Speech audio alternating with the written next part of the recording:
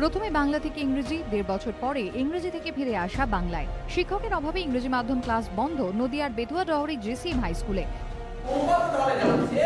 সেই ঢালে তখন বৃষ্টিপাতের পরিমাণটা কমে যাচ্ছে।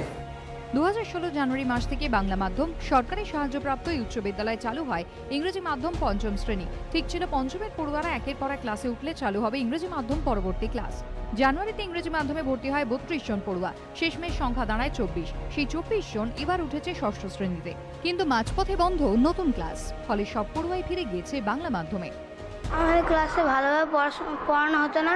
স্যারা শুধু এসে বলতো যে হ্যান্ড রাইটিং করো, ও করো, সেজন্য আমরা বাংলা মাধ্যমে চলে এসেছি। আমাদের টিচারের অভাবে এবং বই ঠিকঠাক মতো দেওয়া হতো না, তার জন্য আমরা বাংলা মাধ্যমে চলে এসেছি। কাছাকাছি ইংরেজি মাধ্যম স্কুল বলতে 20-22 কিলোমিটার দূরে কৃষ্ণনগর বা মায়াপুরে। হাতের কাছে ইংরেজি মাধ্যম স্কুল পেয়ে অনেক স্বপ্ন নিয়ে ছেলে মেয়েকে ভর্তি করেছিলেন অভিভাবকরা। স্বপ্নভঙ্গ তাঁদের। ক্রমশ ক্লাস অনিয়মিত হতে আরম্ভ করলো। সেরকম ধরনের আশা বিদ্যালয়ের তরফেও আমরা পাইনি যে এই মুহূর্তে কিছু উন্নতি হবে। শেষ পর্যন্ত আমি আর বাংলা মিডিয়ামে ট্রান্সফার না করে থাকতে পারলাম না। কিন্তু কেন চালু রাখা গেল না ইংরেজি মাধ্যম ক্লাস? প্রধান শিক্ষক জানিয়েছেন শিক্ষকের অভাব।